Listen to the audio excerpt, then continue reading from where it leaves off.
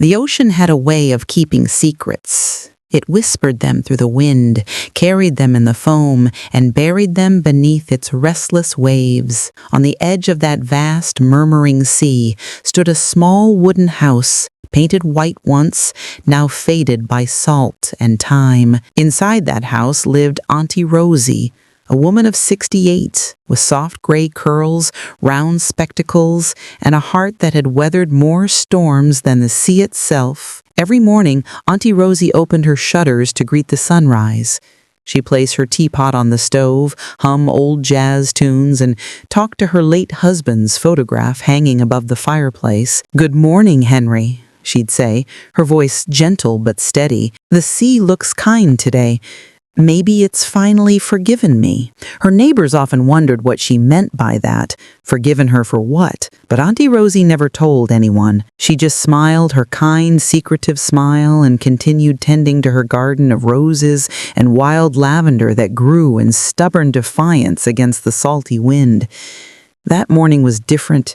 The horizon looked strange, heavy, darker than usual. The waves crashed harder, louder. Rosie's old dog, Milo, barked uneasily near the porch. The scent of rain mixed with seaweed filled the air. Rosie wrapped her cardigan tighter around her shoulders, whispering, "Something's coming, boy." By afternoon, the sky turned gray. The radio crackled in the kitchen, a storm warning for the coast. Town officials urged residents to evacuate, but Rosie didn't move. She poured herself tea, sat by the window, and watched the angry sea rise higher, inch by inch. "Milo," she said, "I've lived here 40 years. I'm not leaving her now." She had promised Henry she would never abandon this house, the house he built with his own hands before the sea took him one terrible night 25 years ago. That night, the waves had swallowed his fishing boat. They never found him. Every year on that same date, the ocean roared louder, as if calling her name too. But Auntie Rosie had her rituals. She'd light a lantern, place it on the beach, and whisper to the wind, "If you still listen, Henry, I'm still here." That night the storm arrived. It wasn't a storm, it was fury. The wind screamed through the shutters, the sea crashed against the shore like thunder. The lights flickered and went out. Milo whimpered beside her. Rosie's old hands trembled as she clutched a candle, the flame dancing wildly in the darkness. Then came the sound, a knock, not from the door, from outside, near the beach. Rosie froze. Another knock, slow, deliberate, like someone tapping wood. Heart racing, she grabbed her lantern and stepped onto the porch. Rain slashed across her face. The wind howled, tearing through her shawl.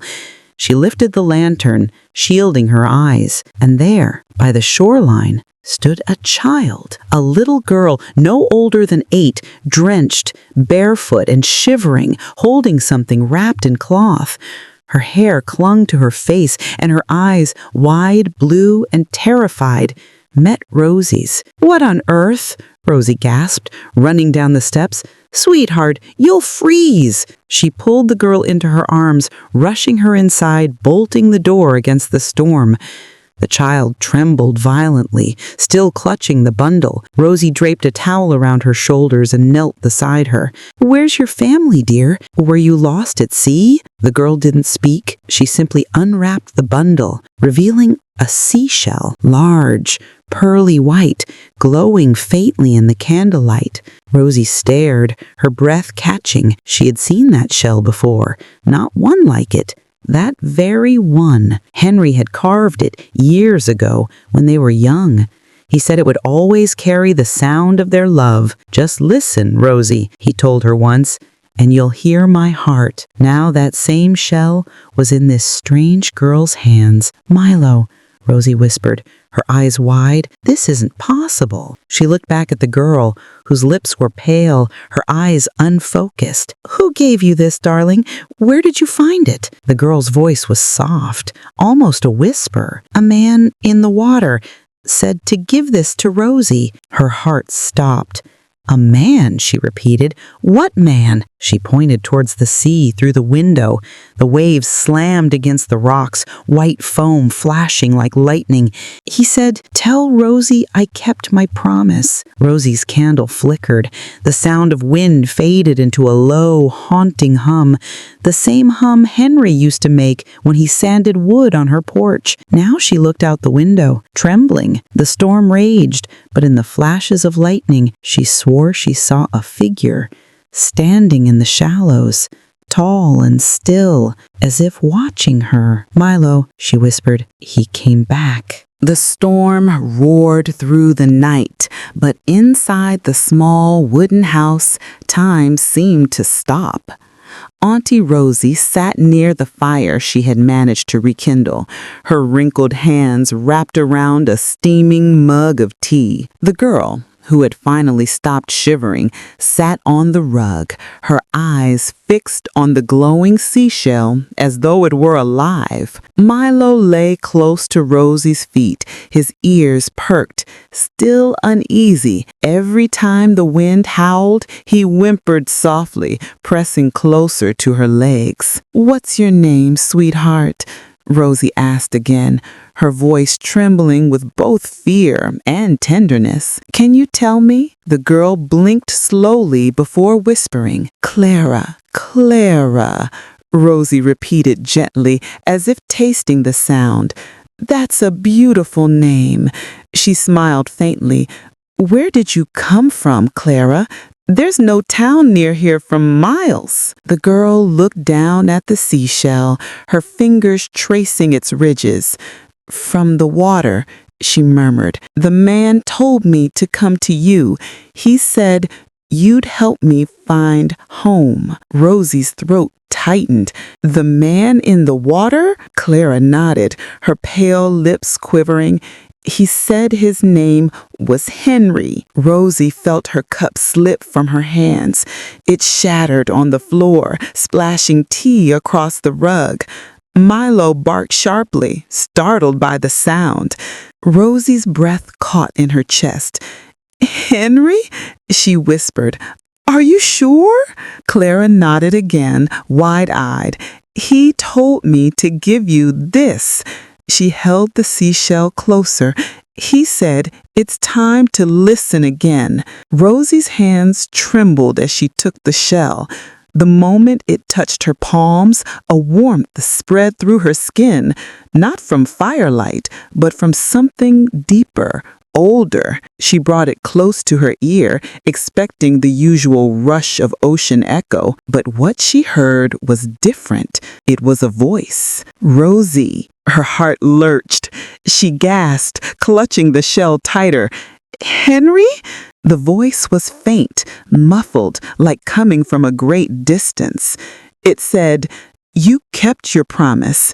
Now keep it once more. The sea took me, but it gave me her." Rosie stared at Clara, her eyes wide with disbelief. "Her?" The voice faded, drowned by the storm. The shell grew cold again. Rosie's breath trembled in her chest. "Milo," she whispered, tears forming in her eyes.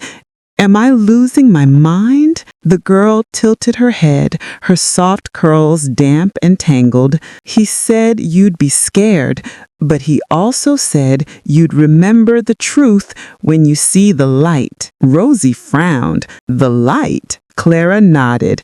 "The one under the sea." That night, Rosie couldn't sleep. The wind had quieted, but her thoughts were louder than ever. She sat by the window, the seashell glowing faintly beside her. The moonlight fell across Clara's face as the girl slept peacefully on the couch, wrapped in an old quilt. Rosie remembered the night Henry died, the way the storm had swallowed the sky, the way she'd begged the Coast Guard to keep searching. She had seen a light then, too, a strange bluish shimmer beneath the waves. And for years she'd wondered if it had been real or just a cruel trick of her grief. Now, sitting here, watching this mysterious child sleep with that same seashell in her hands, Her heart began to pound again with questions she wasn't ready to face. By dawn, the storm had passed. The world outside smelled of salt and wet earth. The sea lay calm and glassy as though it had never raged at all. Clara woke quietly, her blue eyes brighter than before. "Can we go now?" she asked. "Go where?" "To the place he told me," she said simply. "The rocks near the old pier. He said you'd know." Rosie hesitated, her mind reeling. The pier had been closed for decades. Half of it collapsed into the sea after Henry's boat went down.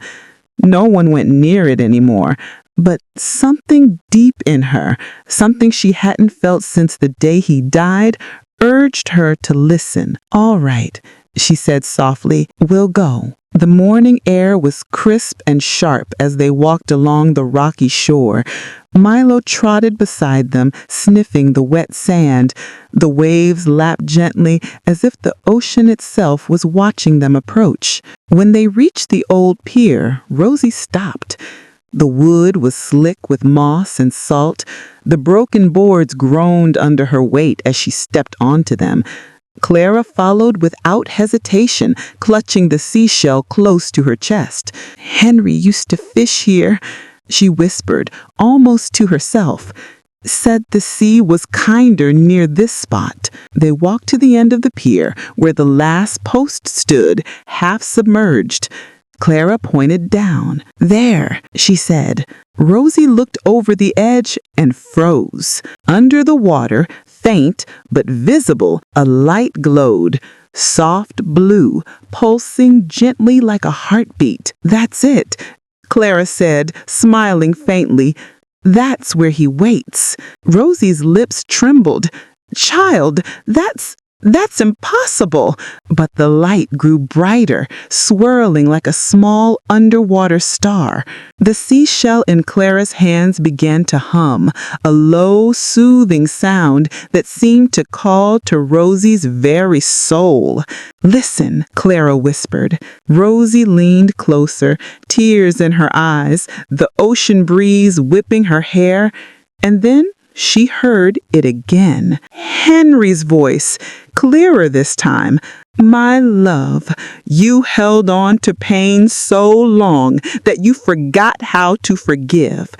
But the sea remembers, and it brought you a gift, our promise reborn." Rosie gasped, clutching the pier railing. "What do you mean?" Clara looked up at her with a sad, knowing smile.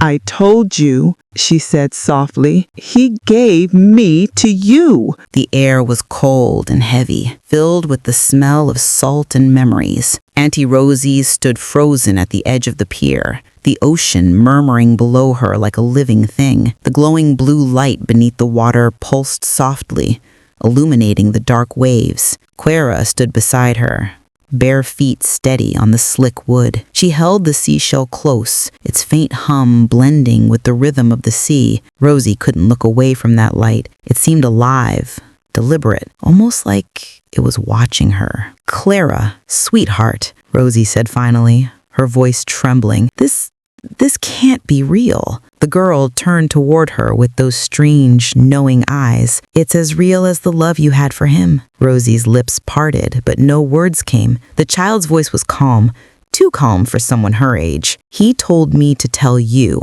that the sea never took him. It kept him until you were ready to let go of the storm inside." A gust of wind swept across the pier, rattling the broken boards. Rosie's tears mingled with the salt spray. "Why now?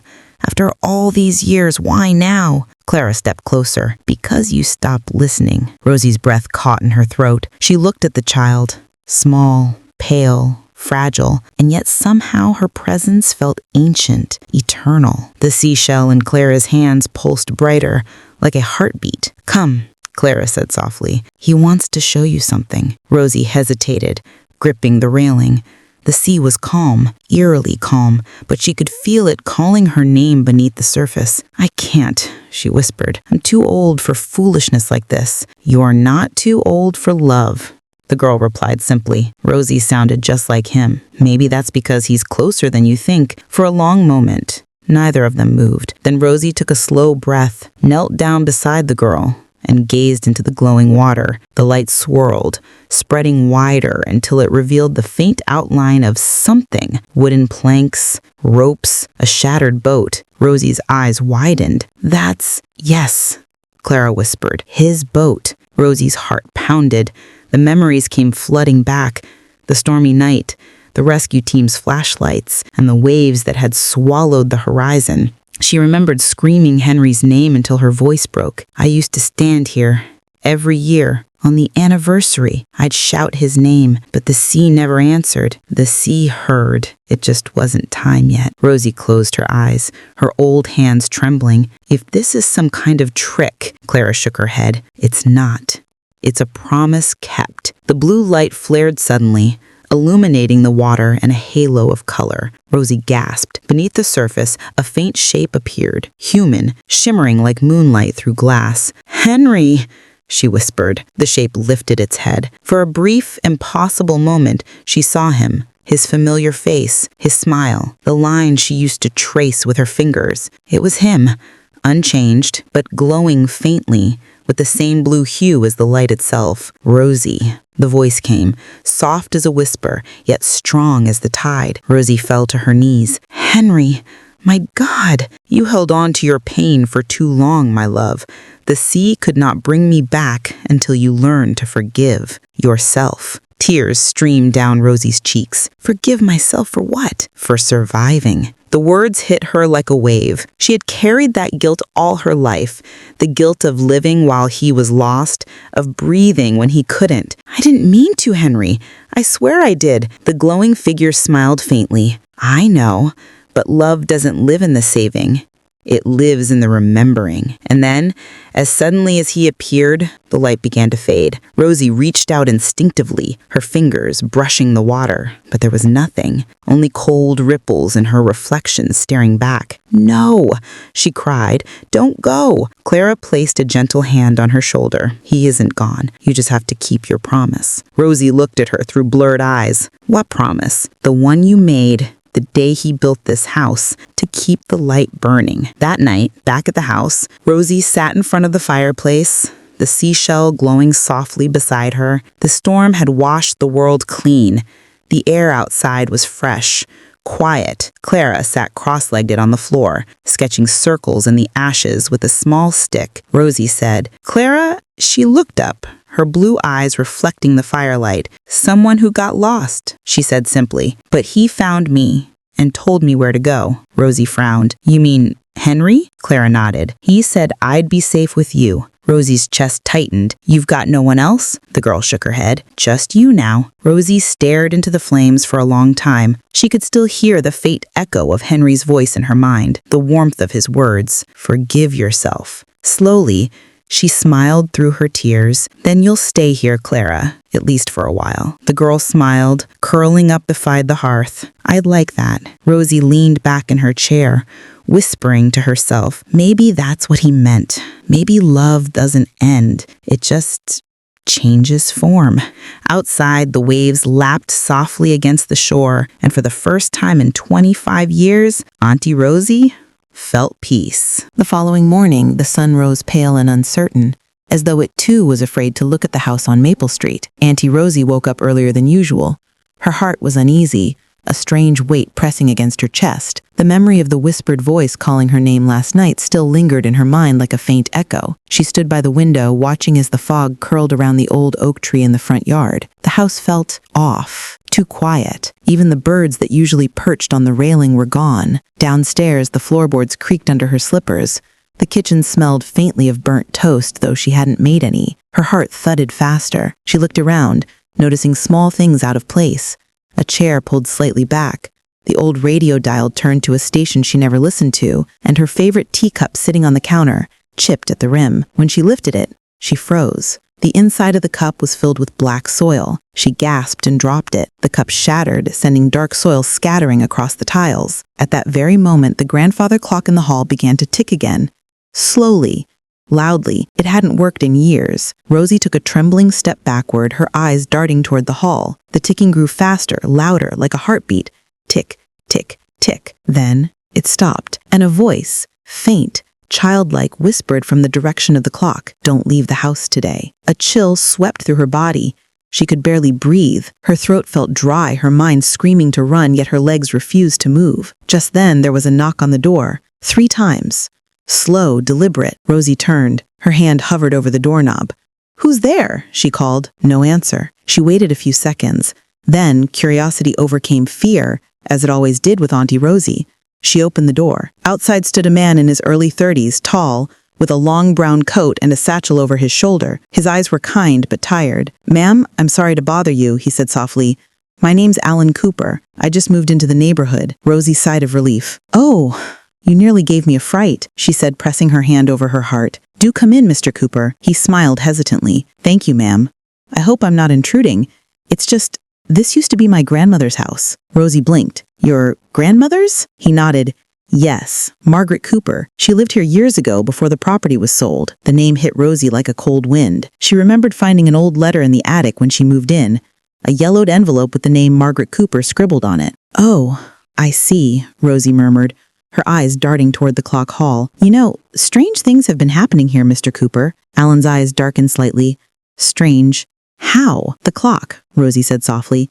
"It started ticking again, and there was a voice, a little girl's voice. She told me not to leave the house today." Alan froze. "A little girl?" Rosie nodded, her voice trembling. "Yes." Alan looked pale. "My grandmother had a daughter," he whispered. "Her name was Clara. She died in this house when she was 6 years old." A silence fell heavy between them. Rosie stepped back. "Oh, dear Lord." Alan placed his satchel down, pulling out an old photograph. He handed it to her. It showed a smiling woman in an apron holding a small girl with bright curls and dimples. Behind them, faintly visible, was the same old grandfather clock. "It's the same one," Rosie said, her voice barely audible. "The clock." Alan nodded. "Yes. It stopped the day Clara died. My grandmother said it never worked again, but it's ticking now," Rosie whispered. They both turned to the hallway. The silence returned. The clock stood still again, its hands frozen at 3:17. Alan frowned. "That was the time she—" He couldn't finish. Rosie gripped the edge of the table. "She what?" he said quietly. "The time she fell from the staircase.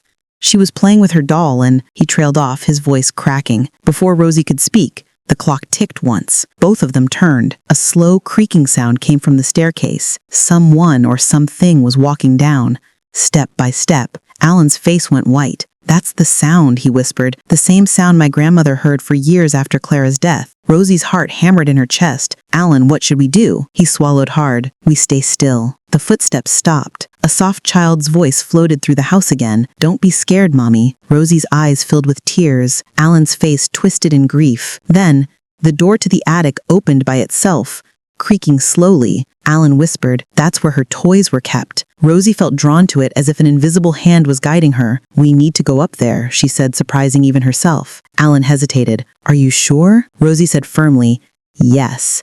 If the child's spirit is still here, she deserves peace." They climbed the stairs together, each creak echoing through the still air. The attic door opened and cold air poured out like a breath from another world. Inside, everything was covered in dust. Cobwebs hung like curtains.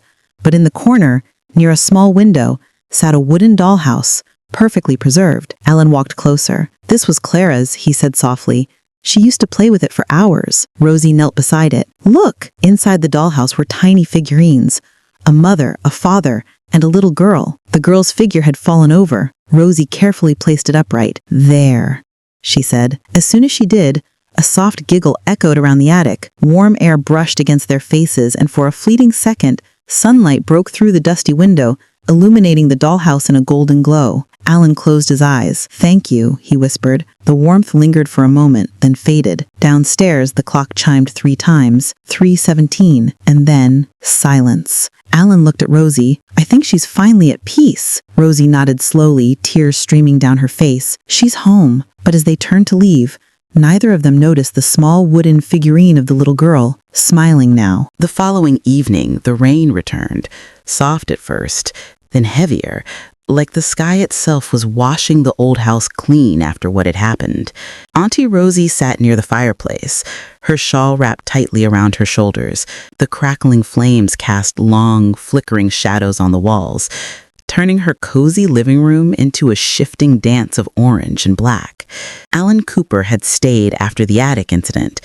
He'd called his mother, who confirmed every detail of the story Rosie had just lived through, about Clara, the little girl, and the day the clock stopped. Rosie had listened in silence, her eyes fixed on the dancing fire, her mind swirling with both fear and compassion.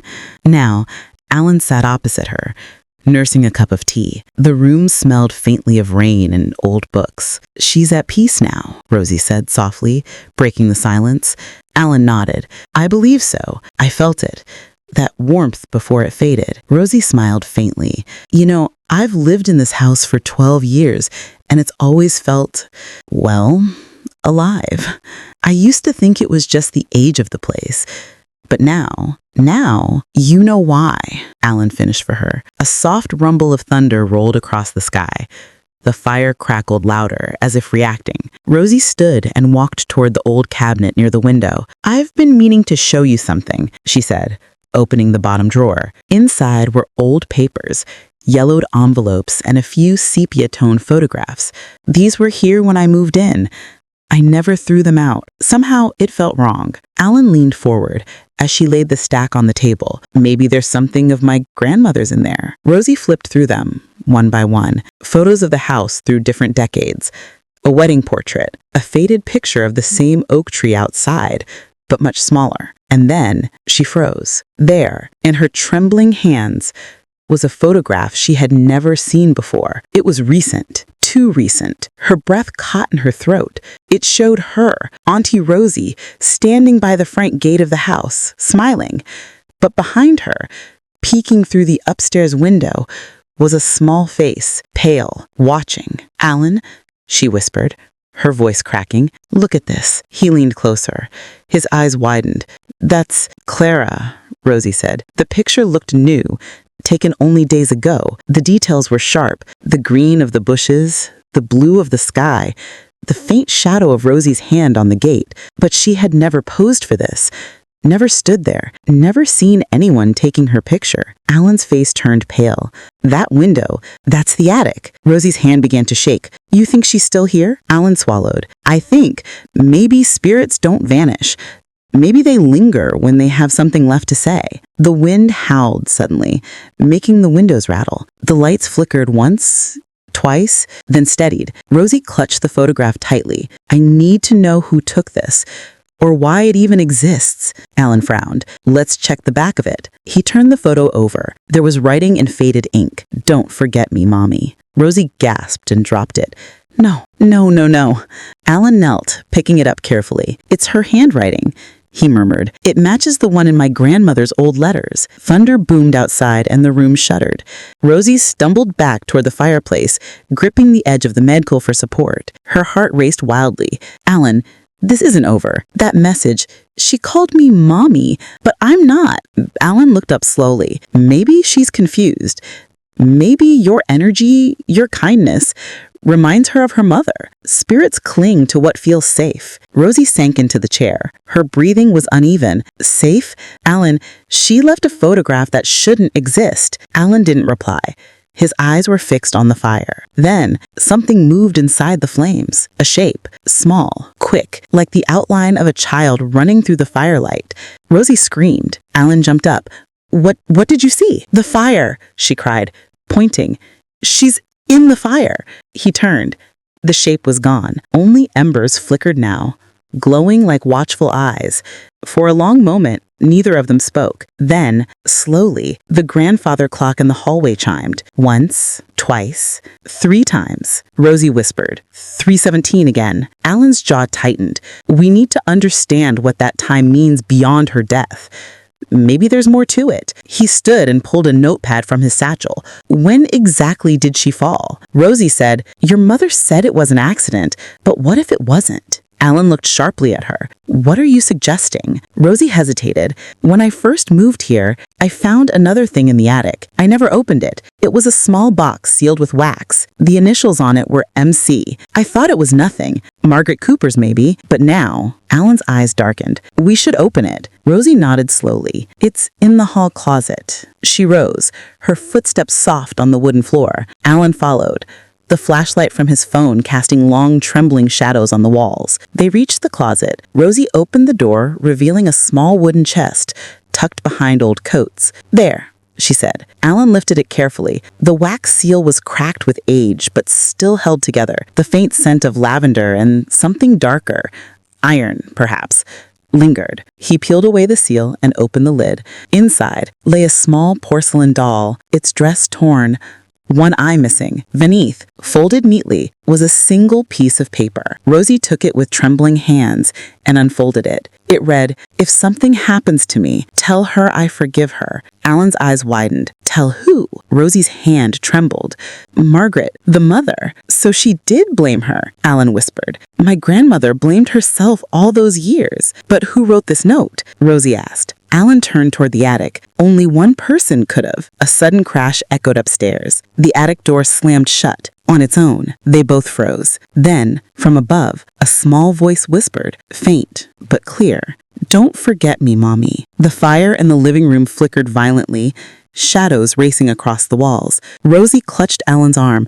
"Alan, she's trying to tell us something. Something we don't know." Alan's voice trembled. "Then we go back up there." They turned toward the staircase again. Behind them, the photograph on the table began to burn, slowly, edges curling inward, though no flame touched it. And in the dark, a child's laughter echoed softly, carried by the rain. The wooden stairs creaked under our feet as we climbed back toward the attic. Each step seemed heavier than the last. The storm outside was raging now, rain hammering against the windows, thunder grumbling like some restless spirit in the clouds. I clutched the candle in my hand tighter, its flame bending and shivering with every gust that seeped through the cracks. Alan was ahead of me, his flashlight beam slicing through the gloom. He looked tense, jaw clenched, shoulders stiff beneath his wet jacket. The moment we reached the attic door, the house felt eerily still, the kind of silence that makes you aware of your heartbeat. Alan tried the handle. It was ice cold, as if someone or something had been holding it from the other side. "It's locked again," he muttered. Without thinking, I pressed my palm against the wood. "Clara, I'm saying it to another person, and it's now entering another dimension and time. It's Rosie. We're not here to hurt you. We just want to understand." For a long moment, nothing. Then, click. The door swung open on its own. The air inside was colder than before, damp and heavy, filled with the faint smell of lilacs and dust. My candle flickered violently, throwing quick flashes across the room. The dolls were still on the shelf. The rocking chair sat still, but something was different. Alan's flashlight caught a glint behind the far wall. Something metallic. "What's that?" I asked. He frowned, moving closer. The beam illuminated a small section where the wallpaper had peeled away. Beneath it, faintly visible, was a crack, thin, vertical, and deliberate. "A hidden panel," Alan murmured. I helped him pull the old wallpaper loose. Dust puffed out in a gray cloud. Behind it, we found a narrow seam running from floor to ceiling. Alan pressed his fingers against it. It shifted slightly. "There's a hollow space," he said. We both exchanged a glance. Then he pried it open with the edge of a screwdriver he found earlier. The wood splintered with a sigh, revealing a dark cavity no wider than a closet. Inside, a faint shimmer. Alan reached in with the flashlight and froze. "Oh my God! What?" I asked, heart pounding. He stepped aside and I looked. Inside the wall, tucked neatly on a wooden shelf, was a small metal tin. Beside it lay a child's shoe, mud-stained, tiny, and heartbreakingly real. I gasped. That's hers." Alan picked up the tin, hands trembling. It rattled faintly. "It's sealed. Same wax as before," he whispered. He peeled the wax away and opened it. Inside were folded papers, brittle with age. He unfolded the first one and began to read aloud. October 19, 1957. She won't stop crying. Margaret says it's the fever, but I think she's frightened. Every time she hears the clock chime, she screams. I told her there's no ghost, but maybe there is. I hear it too sometimes, steps after dark, whispering in the hall. If anything happens to me, tell her I forgive her. Alan stopped. His eyes shimmered with disbelief. This isn't written by my grandmother. This handwriting, this is my grandfather's. I felt my skin prickle. So he knew something. He nodded slowly. He knew about the voices, about Clara's fear. Maybe there was more than just an accident. The attic light flickered suddenly, though we hadn't turned it on. Alan and I turned toward the corner. The rocking chair, still moments ago, was now moving, slow and deliberate, creaking in rhythm with the thunder outside. Then, a small voice, soft, trembling. He didn't mean to. I froze. Alan?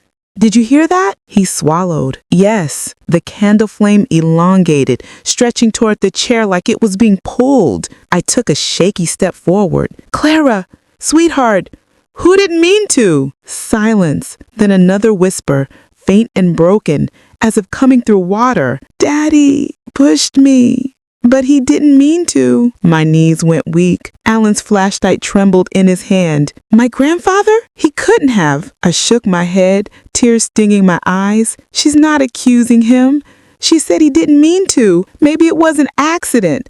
Maybe guilt consumed him and that's why he left that note. The air seemed to hum with energy.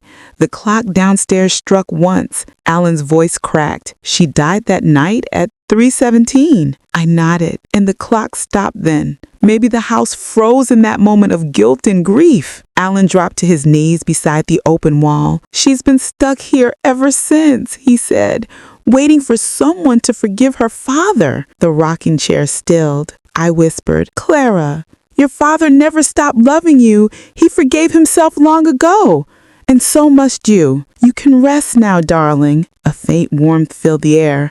Gentle, golden, like morning sunlight creeping into the room. The doll's eyes no longer seemed cold. The shadow softened. Alan reached out and placed the tiny shoe back on the shelf. Go home, Clara.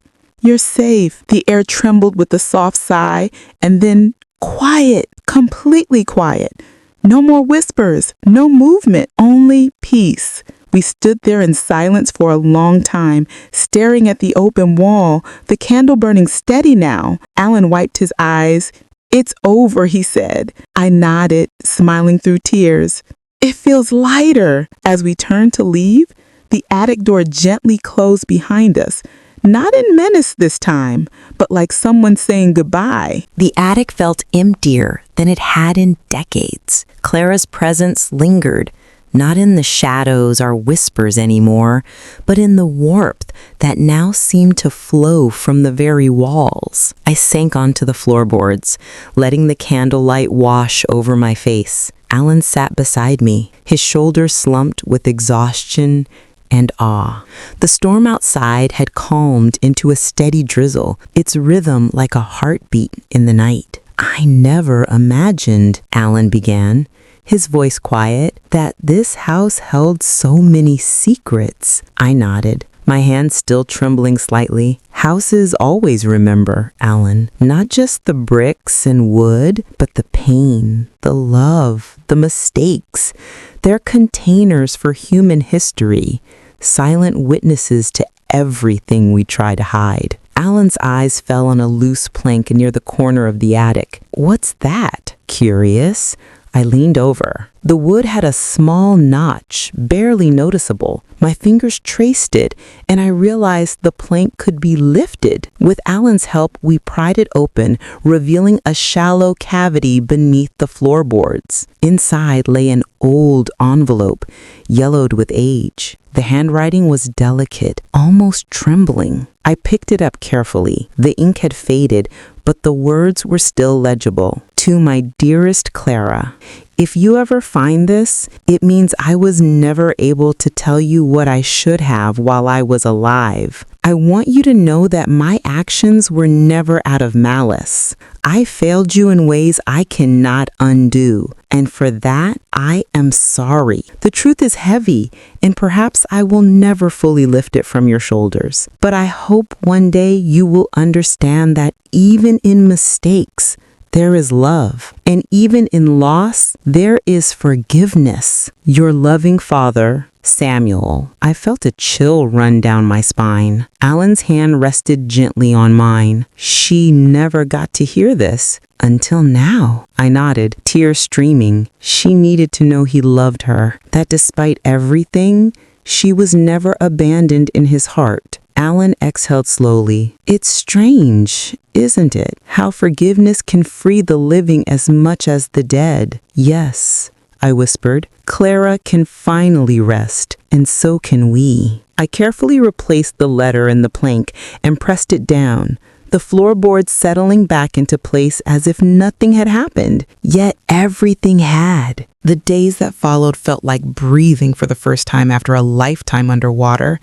The attic had been cleaned, the letters and trinkets carefully arranged, and a quiet peace had settled in the house like a gentle fog. Yet, there was still work to be done. Healing the past wasn't just about remembering Clara or understanding her. It was about repairing the fractures in our own lives.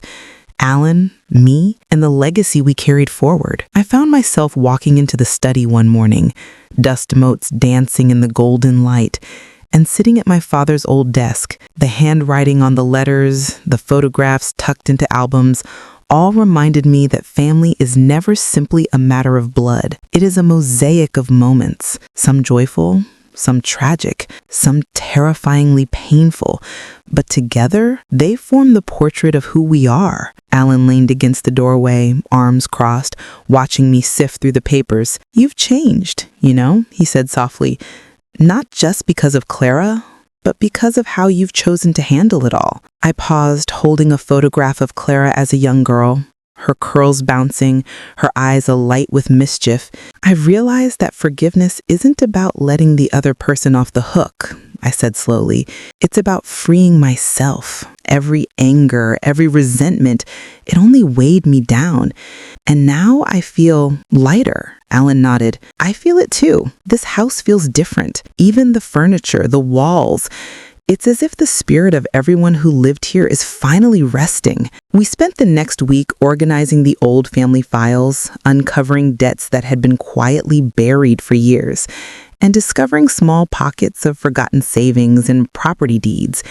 Each document was a reminder of resilience. Our ancestors had made mistakes, but they had also persevered. We were heirs not only to the burdens, but also to the courage to make things right. One evening, while Alan and I were arranging the last boxes in the attic, a soft knock came at the front door. I opened it to find Mrs. Evelyn Hart, our elderly neighbor, leaning on her cane, umbrella dripping. Her eyes were bright and alert, despite the years. She said, "I heard about what you've been doing with the house. The care you've given it inspires me, and I thought you might want some help with your records. I've kept old family logs for decades. Maybe they'll fill some gaps." Gratitude and humility washed over me. Thank you, Evelyn.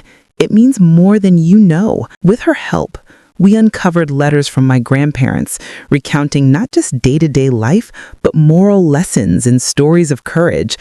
Reading them aloud, Alan and I laughed, cried, and marveled at the wisdom passed down through generations.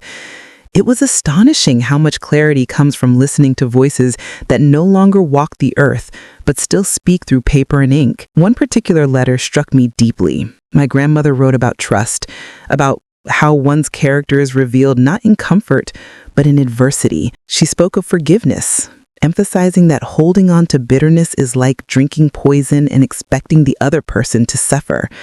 Her words resonated as if she were standing beside me, gently taking my hands. That night, I dreamed of Clara, not the frightened girl or the angry young woman, but a calm presence standing beneath a tree heavy with golden leaves. She smiled, and I felt the weight of years lift from my chest. When I awoke, Alan was already downstairs preparing coffee. "Did you sleep well?" he asked, noticing the serenity in my face. "Better than I have in decades," I replied. "I think we're finally ready to honor the family we've inherited.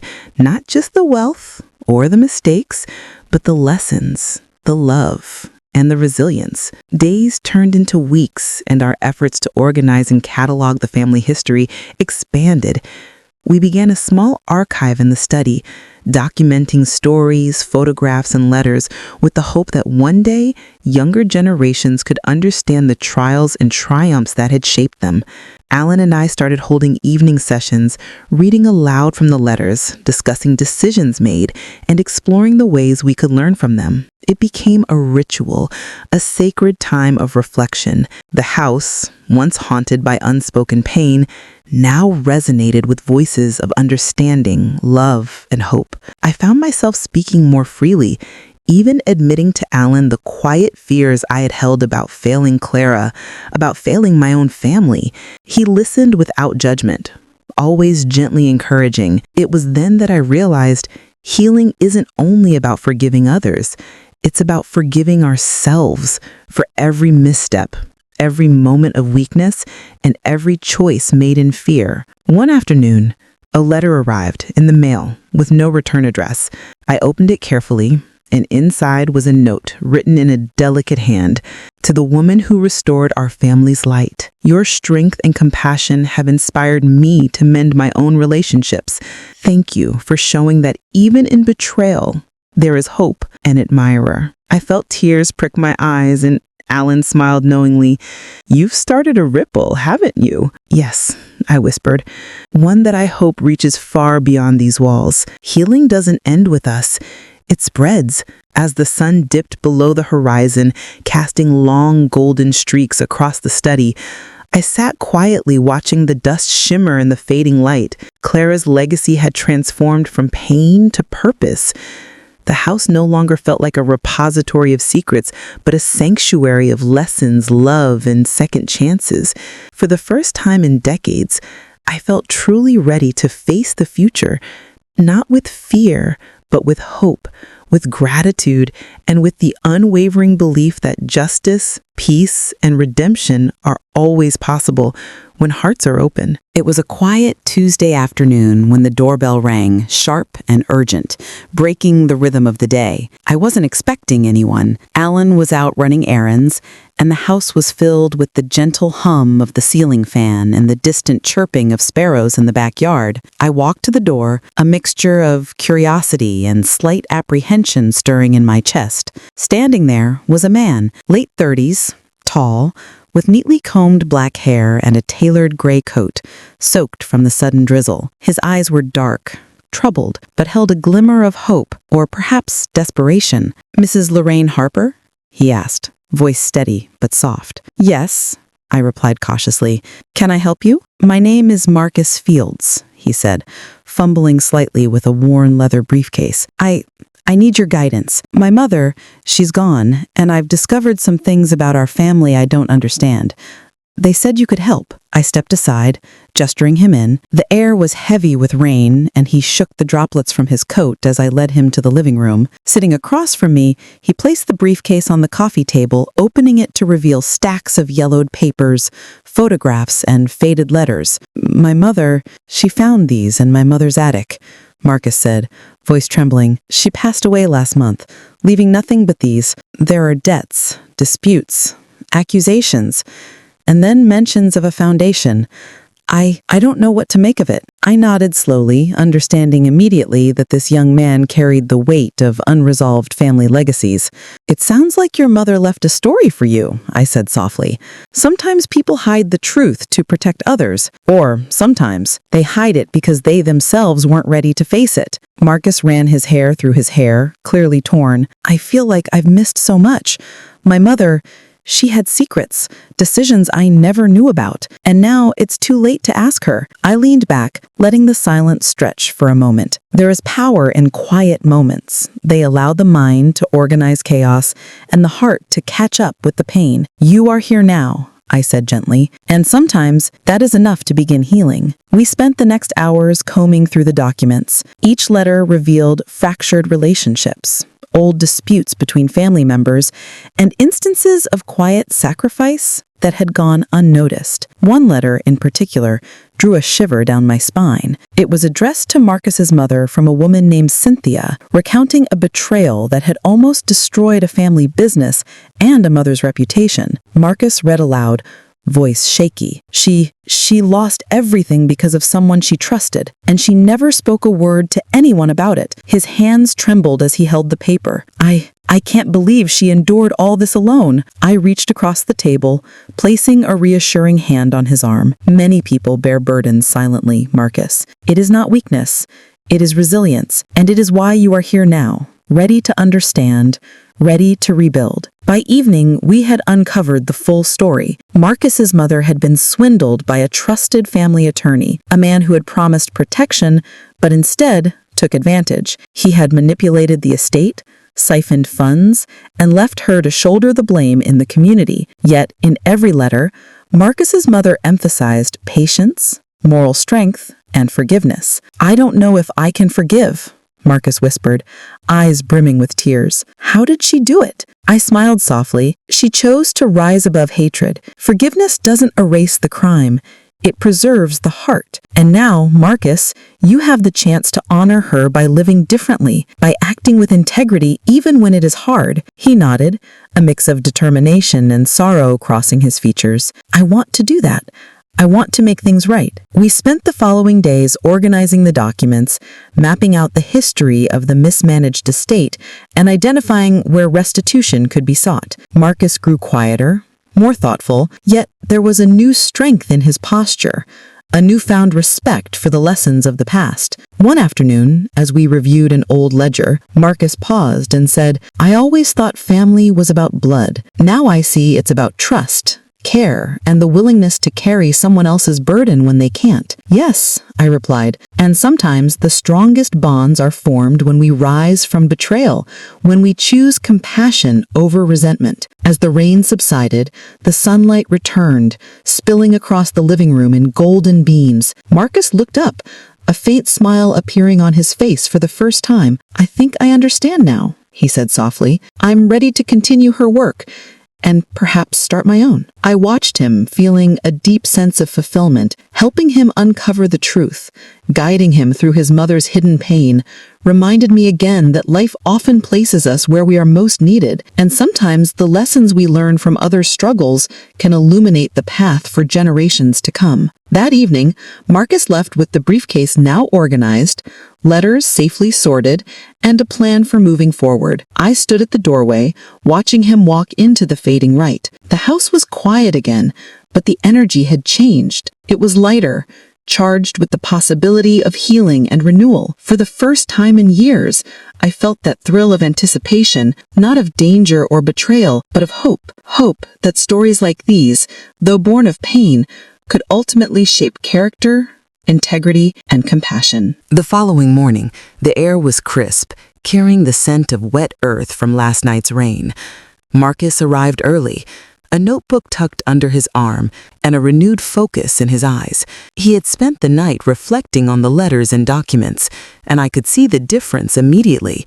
No longer just a son searching for answers, but a man ready to uncover the full story. Mrs. Harper, he said, settling into the armchair across from me, I think there's more here than just debts and betrayal. There are secrets, things my mother never wanted me to know, perhaps out of fear or protection. I need your advice. I nodded slowly. Sometimes the truth is heavier than we expect, but it's also liberating.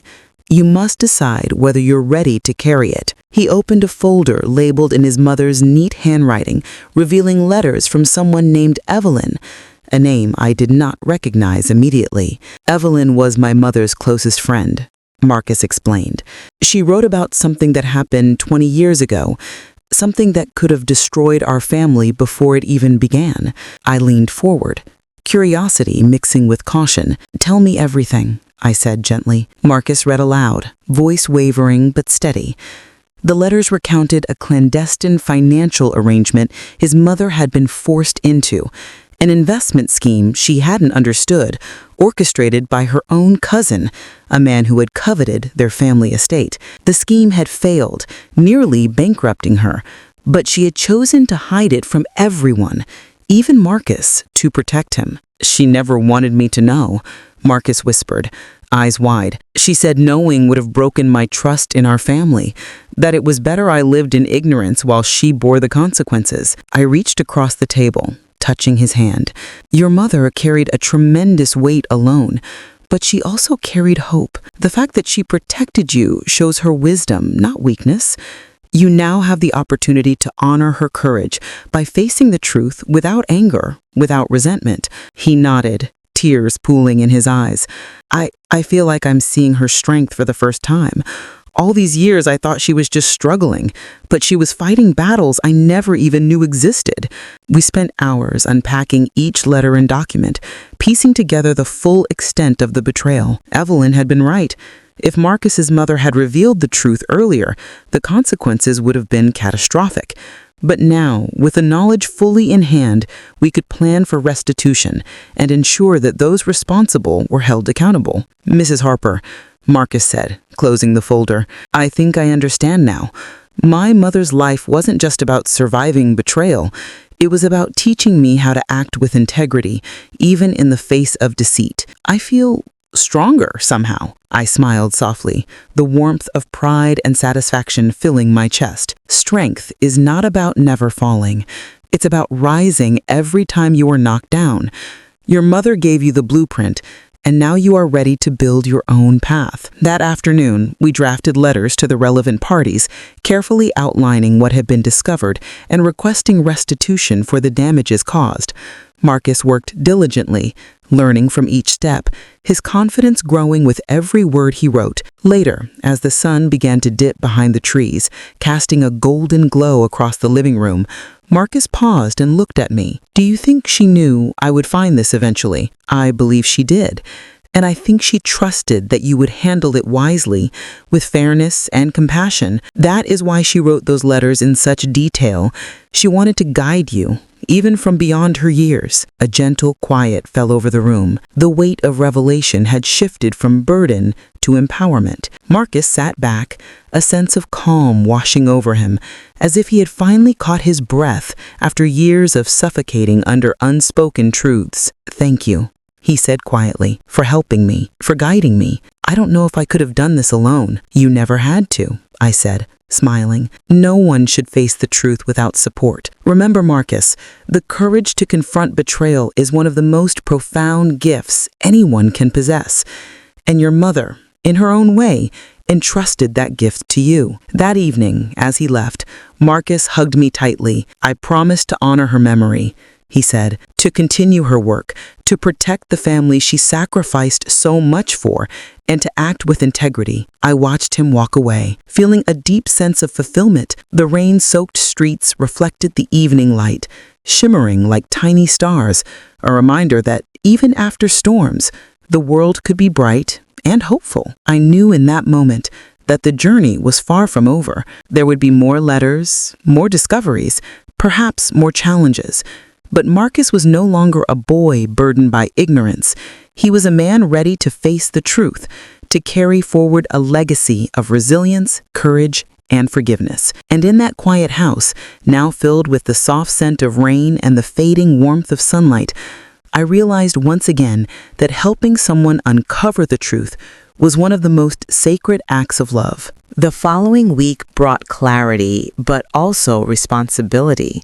Marcus had begun contacting financial institutions, former associates of his mother, and even legal counsel to ensure the family estate was properly protected. I watched him carefully, sensing the weight on his shoulders, yet noting a determination that steadied my heart. One afternoon, as I sorted through the foundation's correspondence, Marcus approached me with a hesitant smile. "Mrs. Harper," he said softly, "I've been thinking about how I can do more than just recover what was lost. I want to make sure this doesn't happen to anyone else. I want to help others avoid the pain my family endured." I looked up, heart swelling. "Marcus, that is exactly what your mother would have wanted. She never sought vengeance. She sought justice.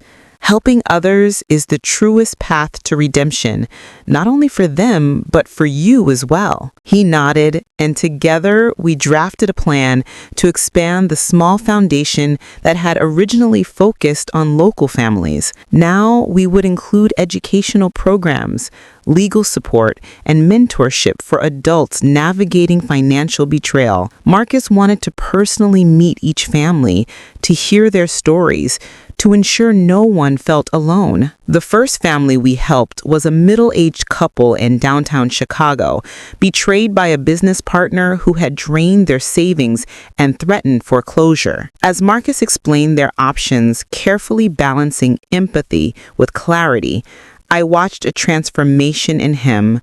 The boy who had once stumbled in the shadow of secrets was becoming a man of guidance and strength. "I never imagined that losing so much could lead to finding something greater," Marcus said quietly after the meeting. "It feels right, helping people, even strangers, like I'm repairing pieces of the world my mother couldn't." I smiled knowingly. "Marcus, that's because redemption is never just about restitution. It's about turning pain into purpose, sorrow into service." Over the next few weeks, the foundation flourished.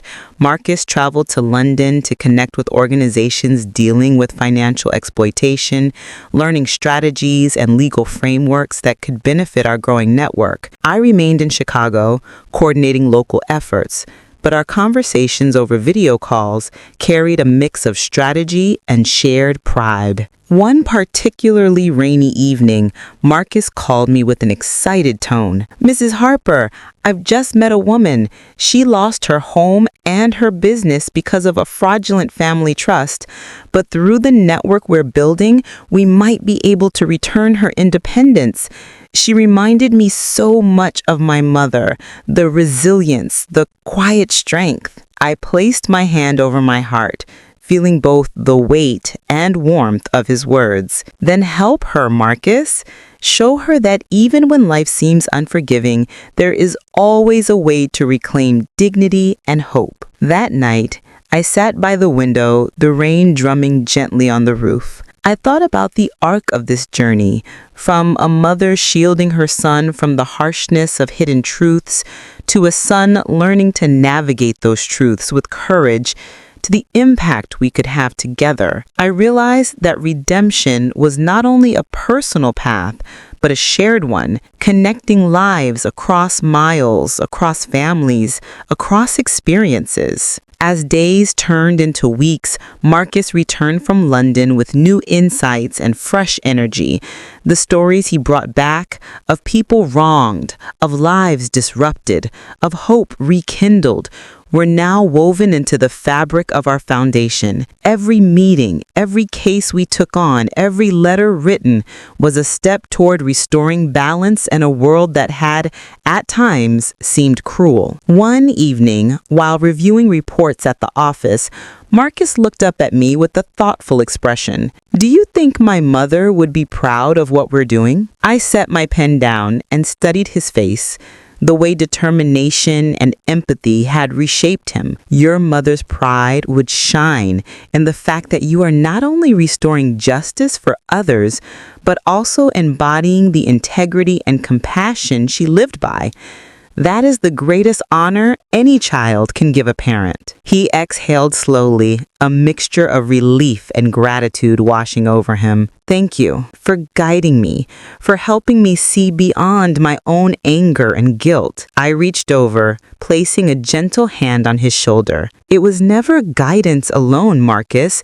It was your courage, your willingness to face the truths and use them to heal that has carried us here. You are learning the essence of your mother's legacy, strength tempered with compassion, justice balanced with empathy. As the weeks passed, the foundation's reach expanded further. Marcus traveled to London to connect with organizations dealing with financial exploitation, learning strategies and legal frameworks that could benefit our growing network. I remained in Chicago, coordinating local efforts, but our conversations over video calls carried a mix of strategy and shared pride. One particularly rainy evening, Marcus called me with an excited tone. "Mrs. Harper, I've just met a woman. She lost her home and her business because of a fraudulent family trust. But through the network we're building, we might be able to return her independence. She reminded me so much of my mother, the resilience, the quiet strength." I placed my hand over my heart, feeling both the weight and warmth of his words. "Then help her, Marcus. Show her that even when life seems unforgiving, there is always a way to reclaim dignity and hope." That night, I sat by the window, the rain drumming gently on the roof. I thought about the arc of this journey, from a mother shielding her son from the harshness of hidden truths, to a son learning to navigate those truths with courage, to the impact we could have together. I realized that redemption was not only a personal path, but a shared one, connecting lives across miles, across families, across experiences. As days turned into weeks, Marcus returned from London with new insights and fresh energy. The stories he brought back of people wronged, of lives disrupted, of hope rekindled, were now woven into the fabric of our foundation. Every meeting, every case we took on, every letter written was a step toward restoring balance in a world that had, at times, seemed cruel. One evening, while reviewing reports at the office, Marcus looked up at me with a thoughtful expression. "Do you think my mother would be proud of what we're doing?" I set my pen down and studied his face. The way determination and empathy had reshaped him. Your mother's pride would shine in the fact that you are not only restoring justice for others, but also embodying the integrity and compassion she lived by. That is the greatest honor any child can give a parent. He exhaled slowly, a mixture of relief and gratitude washing over him. "Thank you.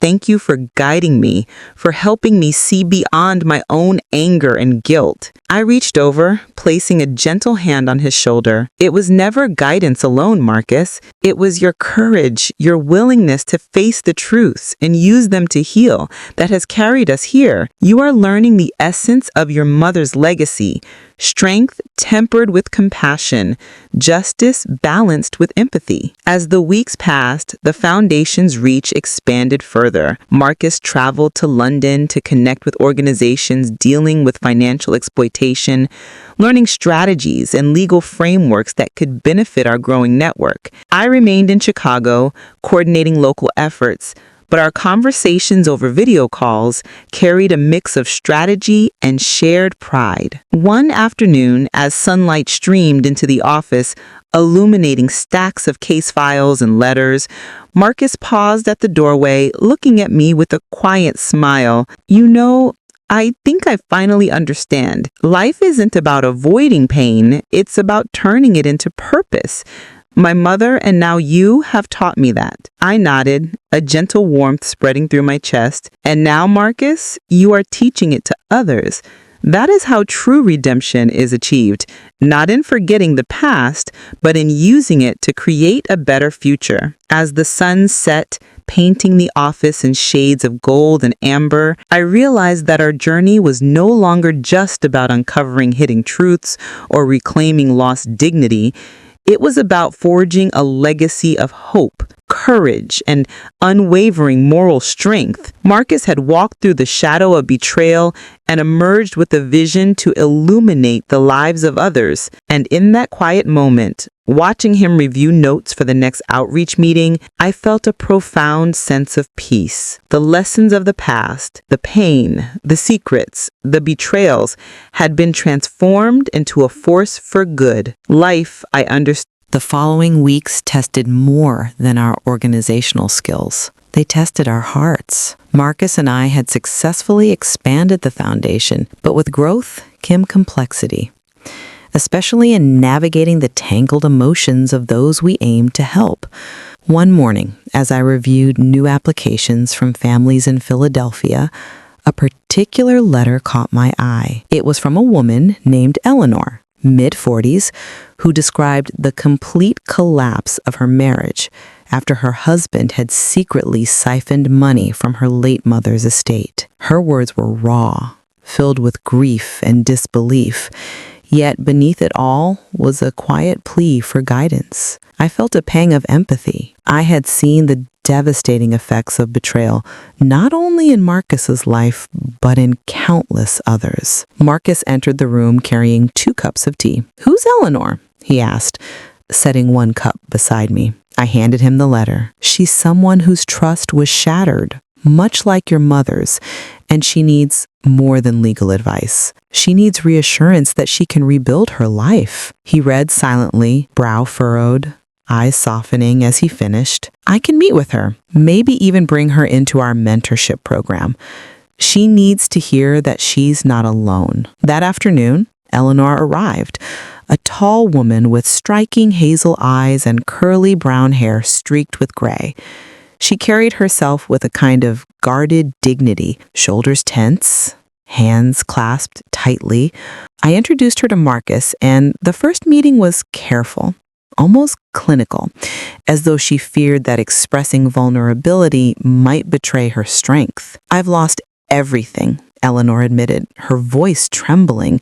"My husband drained our savings, my inheritance, even my family's trust. I don't know if I can ever believe anyone again." Marcus leaned forward, speaking with a calm authority. "You've already survived the worst betrayal imaginable.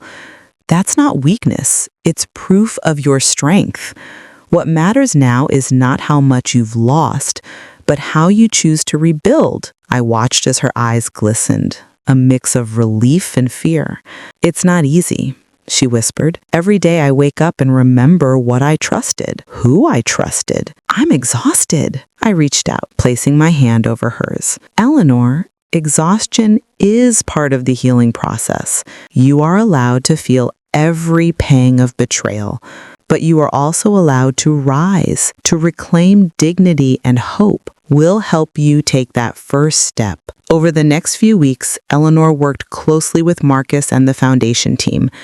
She attended workshops on financial literacy, emotional resilience, and legal strategy. Slowly, I saw her shoulders relax, her steps grow steadier, her gaze lift. One afternoon, she called me aside, tears in her eyes. "Mrs. Harper, I never imagined I could feel this hopeful again.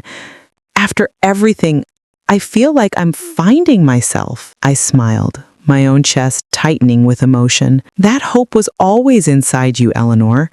Sometimes life forces us to forget, to doubt ourselves, but it never erases the strength we already possess." Meanwhile, Marcus faced his own emotional challenge.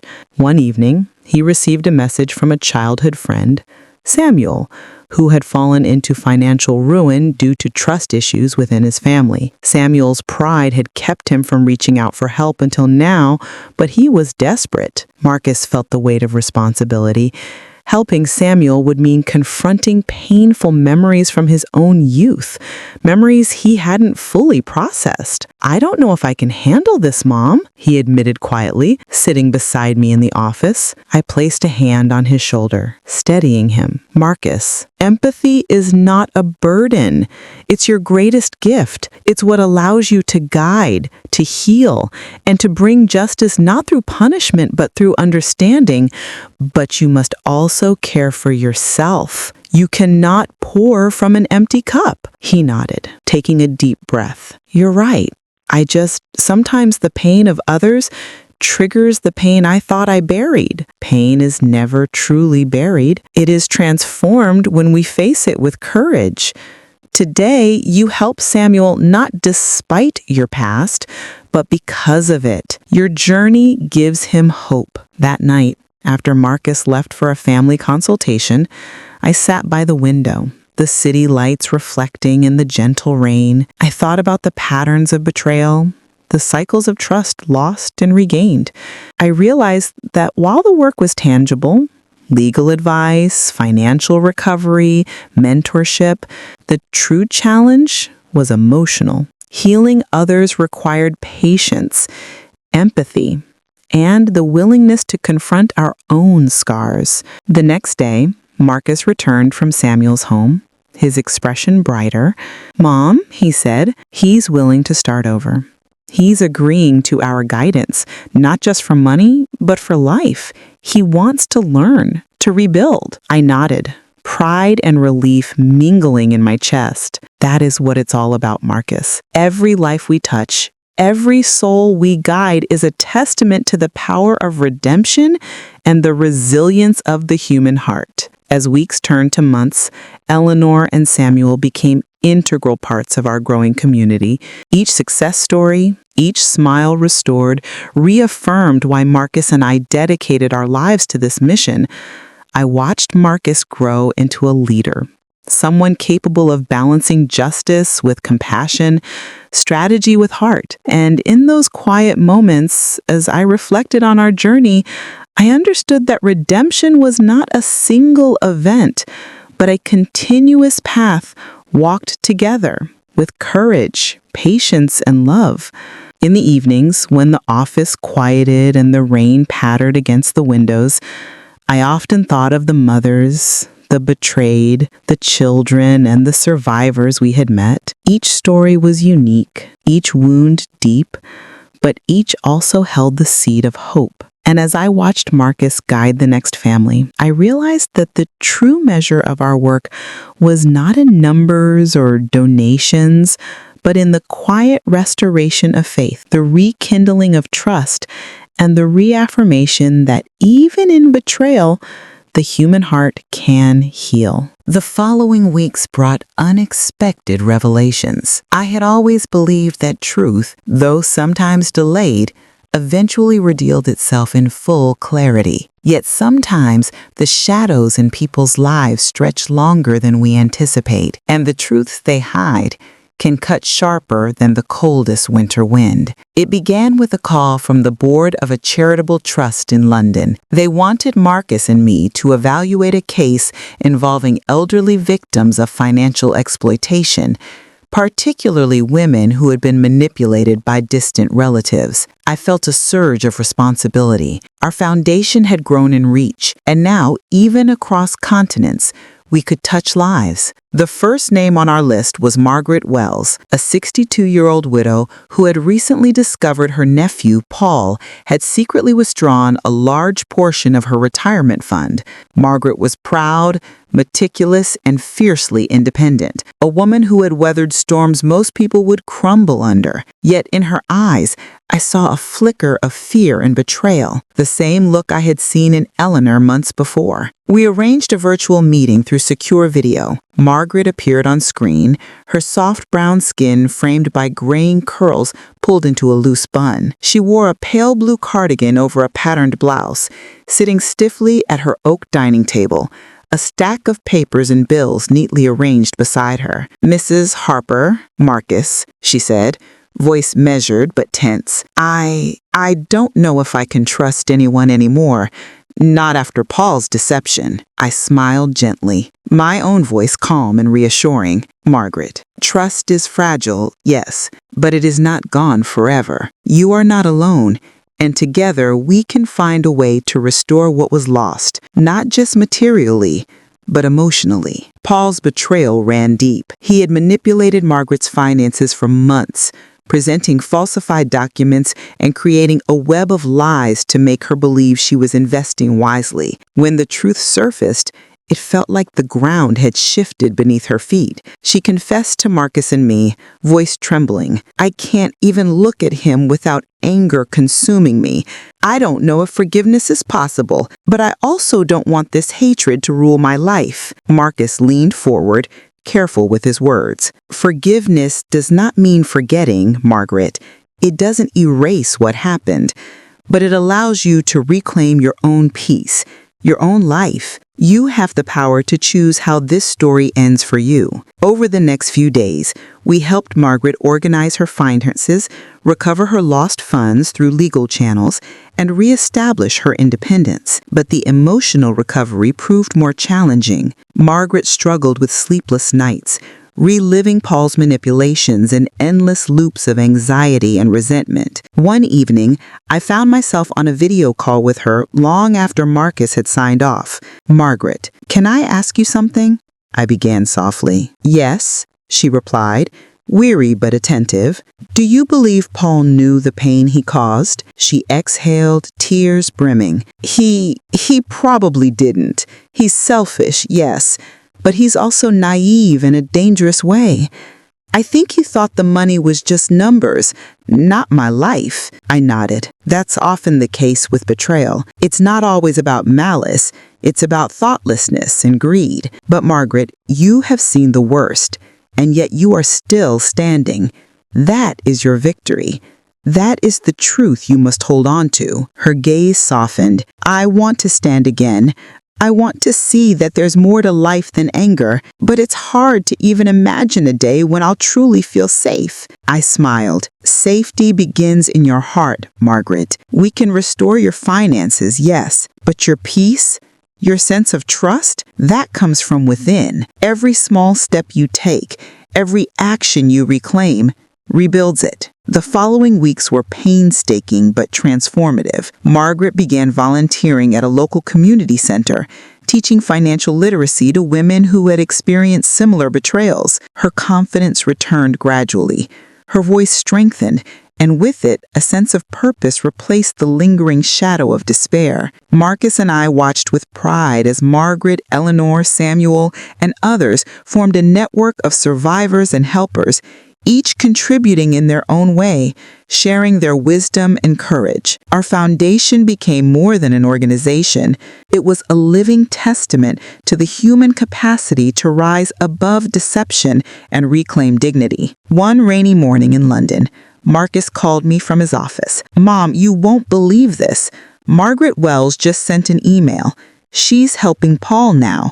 Not because he deserves it, but because she's choosing to let go and guide him properly. She's teaching him responsibility and ethics, so no one else suffers from his recklessness." I closed my eyes, letting the weight of that revelation sink in. Redemption, I whispered. It isn't given, it's earned, sometimes by the one who was wronged. Marcus grinned. And she's proving that the heart can be stronger than betrayal, stronger than fear. Even from across the ocean, we can see the truth in her actions. That night, I sat by the window in Philadelphia, the faint smell of rain mingling with the scent of my jasmine plants. I thought about the path we had walked, our losses, our triumphs, our moments of doubt and unwavering hope. I realized that the true measure of justice was not in punishment alone, but in guiding people to confront their mistakes, to understand the depth of their actions,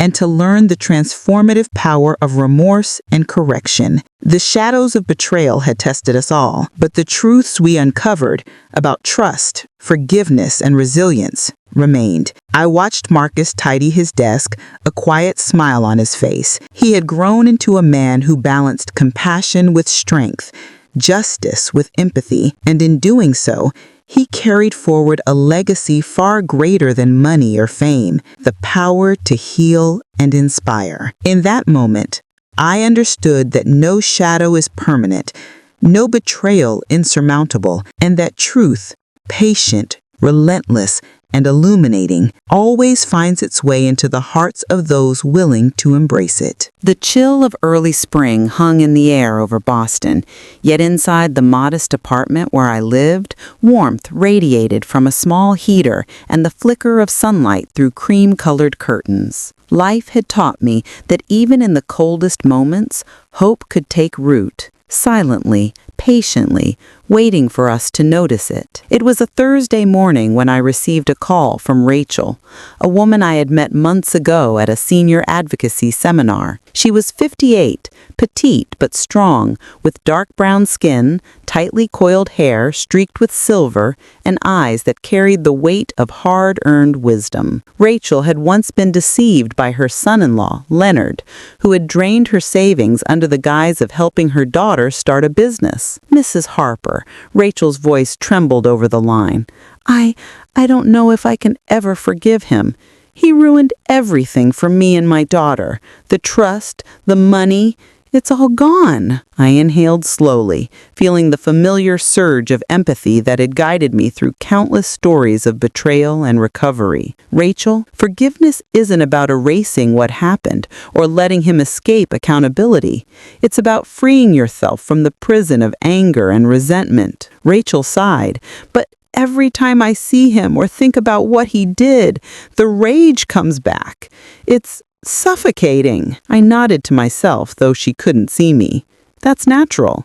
You can't force forgiveness. It comes gradually through reflection and understanding. Sometimes it even begins with small acts, choosing not to dwell on anger for a single moment, acknowledging your pain and reclaiming your life from it." We arranged a meeting for the following week at a small cafe near her home in Cambridge. Rachel arrived wearing a deep maroon sweater over a white blouse, tailored gray pants, and practical flats.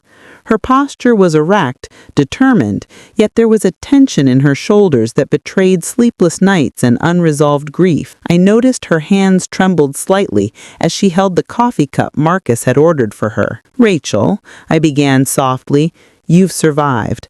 That in itself is proof of your strength. But the next step is learning to rise not just above what happened, but beyond the bitterness it could leave inside you." She looked down, sipping her tea. "How do I even begin?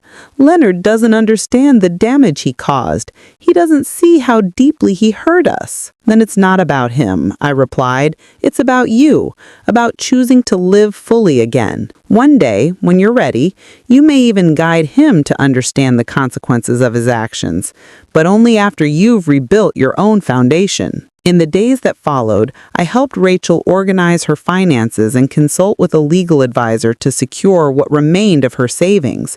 But the true work was emotional, a bridge that needed to be built between betrayal and inner peace. Every evening she would call me, recounting small victories, paying bills independently, reconnecting with friends she had distanced herself from, even laughing softly when she remembered a humorous incident from her past. One rainy evening, Rachel shared something that made my heart ache with admiration. "Mrs. Harper, I saw Leonard yesterday. He apologized, really for the first time. I didn't respond immediately, I just listened, and it felt strange. The anger wasn't gone, but it didn't grip me like before. I felt lighter somehow." I smiled through the phone, recognizing the moment of true transformation. "Rachel, that's the beginning, not forgiveness as the world defines it, but as your heart defines it, a release from the chains of bitterness." Her voice softened, almost whispering, "I want to teach my daughter that people can make mistakes, but we don't have to be trapped by them, that life isn't about revenge, it's about learning and growing." I felt a warmth spreading in my chest, a reflection of all the women and men who had let go of pain to reclaim their lives. Exactly. That's the power of redemption. That's the bridge from betrayal to freedom. The following week, Rachel invited me to her home. I found her arranging her modest living room, the sun catching on freshly polished wooden furniture, and a small bouquet of daffodils on the table. She wore a soft lavender blouse, denim trousers, and a scarf draped loosely around her neck. Her expression, once shadowed by mistrust, was now open, serene, almost radiant. "Thank you for helping me see that life can continue," she said. "I want to do the same for others. I want to volunteer, teach, guide, help anyone who's been deceived, abused, or betrayed." I nodded, touched by the resilience in her words. That's the essence of what we've been building all this time. Life hands us wounds, yes, but it also hands us the opportunity to heal and then extend that healing to others. We spent the afternoon discussing her plans for a local program dedicated to financial literacy and emotional recovery for seniors. She spoke with passion, her voice steady and warm, gesturing to sketches and notes she had prepared. I felt a deep sense of fulfillment, knowing that someone who had endured so much was now ready to light the path for others. That night, I sat in my Philadelphia home, the rain pattering softly against the windows. Marcus was in his study, engrossed in planning the next outreach initiative. I closed my eyes and reflected on the journey we had undertaken. Stories of betrayal, recovery, and the relentless pursuit of justice and peace. Forgiveness, I realized, was a bridge that required patience, courage, and self-compassion. It wasn't a sign of weakness, it was an affirmation of strength, a conscious decision to rise above the chains of resentment and reclaim one's own soul. In Rachel's triumph, I saw a reflection of all the mothers, daughters, and elders who had stood firm against deceit and injustice. And I knew as long as people like Rachel and Margaret existed, hope would never falter, and the light of truth and justice would continue to shine no matter how dark the shadows of betrayal became. Spring had finally settled over Boston, painting the streets in soft hues of green and gold. The tulips and daffodils in front of Rachel's apartment swayed gently in the breeze. A quiet reminder that life continues to grow, even after seasons of harsh winters. I arrived early one morning, carrying my notebook and a thermos of tea, prepared to spend the day helping her organize the launch of her new community program. Rachel greeted me at the door, her petite frame wrapped in a light beige trench coat, scarf fluttering in the breeze. Her dark brown skin glowed in the morning sun, and her eyes, once filled with anger and mistrust, now held a calm confidence. The smile she offered me was steady, warm, and fully at peace with the person she had become. "Good morning, Mrs. Harper," she said, her voice light but strong. "I've already arranged the registration forms for our first workshop, and the volunteers are confirmed. Today feels like the start of something real." I nodded, feeling a swell of pride. "It is, Rachel. You've taken every painful lesson and turned it into an opportunity to heal not just yourself, but others who may have been trapped in betrayal and loss." We spent the morning preparing for the first session of the Bridges of Healing program, a community initiative for seniors who had been deceived or financially exploited. Rachel's energy was infectious.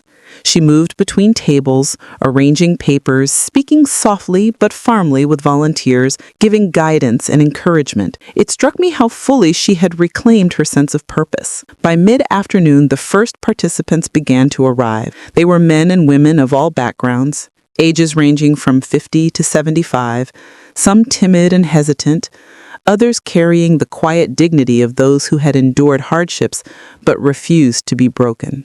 Rachel greeted each one warmly, her small stature somehow commanding respect and trust. "Welcome," she said to a frail-looking man in his early 60s who had been a victim of an online scam. "You are safe here. This space is yours to share, to learn, and to heal."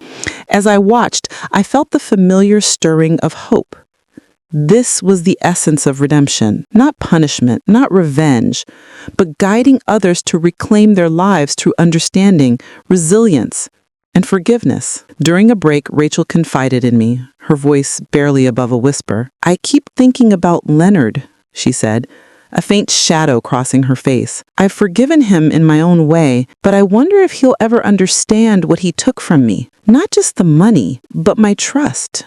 My sense of safety." I placed a hand on hers, steadying her. "Rachel, what matters is that you've regained your life and your sense of worth. Whether he understands or not doesn't change the strength you've built. Redemption is yours, fully and unapologetically. The rest of the afternoon was filled with stories.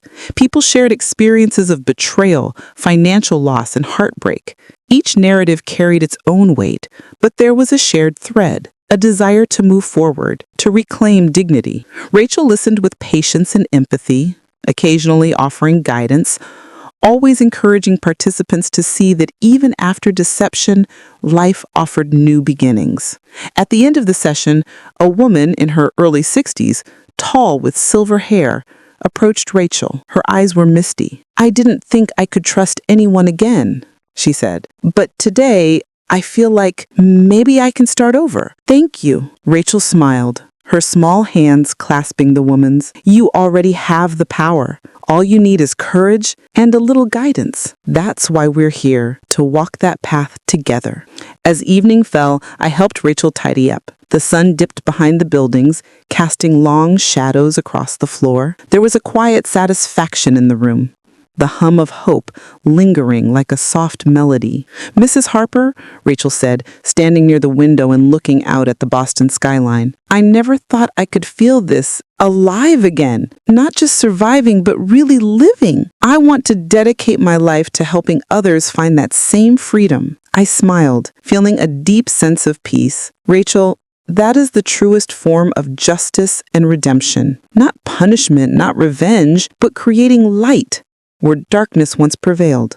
That night, I returned to my apartment, the city lights reflecting off the rain-slicked streets. I sat by the window, the familiar scent of lavender from my small porch plants drifting in. Marcus was asleep in the next room, exhausted from coordinating our outreach programs, yet the house felt alive with quiet fulfillment. I reflected on the stories of Rachel, Margaret, and all the others whose journeys I had witnessed. Each of them had faced betrayal, anger, and despair, yet each had emerged with strength, wisdom, and a renewed sense of purpose. I realized that the ultimate lesson was simple. Life would always offer moments of injustice, but how we respond through courage, forgiveness, and action defined the depth of our character. In that moment, I whispered a quiet prayer of gratitude, not just for survival, but for the opportunity to witness the rebirth of trust, hope, and human resilience. The storm had passed for many of us, and in its wake,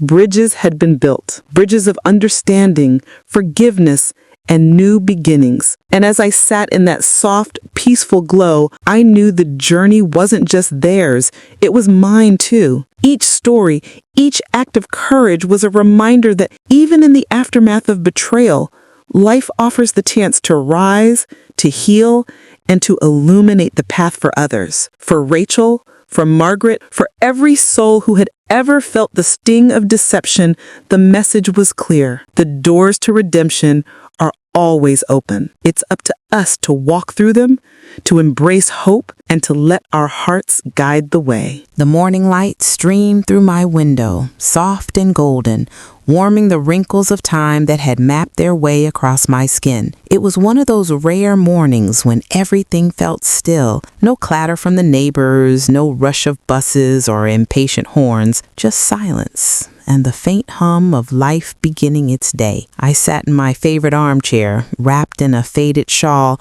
with a steaming cup of herbal tea in my hand. The phone buzzed beside me, a message from Rachel. "The community center's first expansion is official, Mrs. Harper. We're naming the reading corner after you, Auntie Mabel's Nook. We wanted the people who walk in to feel your warmth, even when you're not here." I smiled, my heart full. The girl who once sat trembling on my couch, broken and lost, had become a woman of grace and strength. And now she was carrying the light forward, touching lives in ways that even I hadn't imagined. As I looked around my apartment, my eyes landed on the wall of photographs, snapshots of stories and souls I'd encountered through the years. There was Leonard's hospice portrait, Rachel's first community session, the children from our outreach programs, and even Marcus, standing proudly beside the Voices of Auntie Mabel mural he painted downtown. Each frame told a story of redemption, of second chances, of what happens when pain is transformed into purpose. I took a slow sip of tea and closed my eyes. My late husband's voice seemed to echo faintly in my memory. "You were always the strong one, Mabel, the one who saw light in the cracks." Maybe that was true. But I learned something deeper over the years. Strength isn't just in holding others up. It's in allowing yourself to rest, to forgive, to let go. Outside, the church bells began to ring. The same melody I'd heard the day Leonard took his last breath. I had come to think of it as the sound of grace. The doorbell rang and Marcus stepped in, carrying a box. "Morning, Ma," he said, leaning down to kiss my forehead. "Brought you something." He opened the box and pulled out a wooden plaque. Carved into it were the words, "To Auntie Mabel, for teaching us that forgiveness is the greatest freedom." Tears welled in my eyes before I could stop them. "You made this?" He nodded. "The community center wanted something special for the entrance. Rachel said it was time your message had a permanent home." I traced the carved letters with my fingers. Each groove felt alive with meaning. "I never wanted to be remembered," I said softly. "I just wanted folks to find a little peace." Marcus smiled. "That's exactly why you'll be remembered, Ma." We spent the rest of the morning sitting together, talking about simple things. His work, the children in the art program, the garden blooming behind the church. Every moment felt precious, wrapped in a quiet knowing that life had come full circle. Later that afternoon, I decided to walk to the community center. The air was crisp, the sky a bright watercolor blue. As I stepped inside, I was greeted with the scent of fresh paint and new beginnings. People were laughing, children were reading aloud in Auntie Mabel's nook, and volunteers were setting up tables for the afternoon meal service. Rachel spotted me from across the room and hurried over, her face lighting up like sunrise. "You came," she said, throwing her arms around me. "Of course I did," I said, chuckling. "Couldn't miss my own nook now, could I?" We both laughed, and for a moment it felt like time folded, like all the hurt, all the tears, all the uncertainty had been washed away by something greater. Community, compassion, continuity. As I stood there watching everyone move and smile, I felt a peace I hadn't known in years. My work, my pain, my stories, they'd all found a home here in the laughter of strangers who now carried my lessons forward. When the day began to fade and golden light filled the room, I whispered to Rachel, "Promise me one thing." "Anything," she said. "Promise you keep listening to the stories, to the quiet ones who think nobody hears them. That's where healing begins." She nodded, eyes glistening. "I promise, Auntie Mabel." As I left the center, I turned one last time to see the plaque on the wall gleaming softly under the lights. The carved words caught the glow of the setting sun, casting a warm shadow across the floor. For the first time in a long time, I didn't feel like I had to be anyone's guide or teacher. I was simply a woman who lived, who loved, and who had finally made peace with every chapter of her story. When I reached home, the apartment was quiet, the way I liked it. I sat back in my chair, pulled the shawl over my shoulders, and looked out at the twilight sky. A single star blinked faintly above the horizon, and I thought of every soul I'd met, the broken, the redeemed, the ones still searching. "Keep going," I whispered to them. "Keep finding your light." And somewhere deep inside, I knew the voice of Auntie Mabel would live on, not in words, but in the hearts she had touched, the lives she'd helped mend, and the bridges she built between pain and peace. The bell from the nearby church rang one last time that evening, long and sweet. I smiled. It wasn't goodbye, it was grace. As the rain poured harder, Mabel sat alone in her porch chair, the same one where she had watched every sunrise for the past 20 years. The sound of water against the tin roof reminded her of her late husband, humming gospel hymns on quiet mornings. The house around her was silent now, but the memories filled every corner. Laughter, Sunday dinners, her daughter's tiny feet pattering across the floor. She looked at the cracked photograph in her hand, a younger version of herself smiling beside her husband, holding baby Naomi. Tears blurred the edges of that old life. For a long moment she whispered, "You'd be proud of her, John. She came back home." Naomi's soft footsteps approached. "Mama?" she said quietly, stepping onto the porch. Her face was tired, her eyes red, but there was something new in her. Peace. Mabel smiled faintly. "Come sit, child." They sat together in the dim evening light. Neither spoke for a while. The world around them glowed gold and gray, like the sky couldn't decide whether to cry or to heal. Naomi finally said, "I kept running from this place, from you, from everything I thought was holding me back, but I was wrong. You weren't holding me back, Mama. You were the only thing keeping me together." Mabel turned her gaze toward the horizon, her heart trembling. "Sometimes we all forget who planted the seeds that fed us," she whispered. Naomi laid her head gently on her mother's shoulder, the first time in years. The smell of rain, earth, and jasmine filled the air, the scent of home. Inside, on the kitchen table sat an old cassette player. Naomi reached for it, pressed play, and the faint crackling voice of her father echoed through the house. "Don't you cry, my sweet Mabel. The sun gonna rise again." Mabel closed her eyes, her lips trembling into a smile. "You hear that, John? Your song still sings." The rain began to ease, replaced by the chirping of crickets and the low hum of evening peace. The two women sat hand in hand, the past and the future bound by forgiveness. The porch light flickered on, warm and soft, bathing their faces in gold. Mabel's eyes glistened with both sorrow and serenity as she whispered, "It's time to let the music play." And for the first time in years, the house didn't feel empty. It felt alive, like love itself had returned home. The end.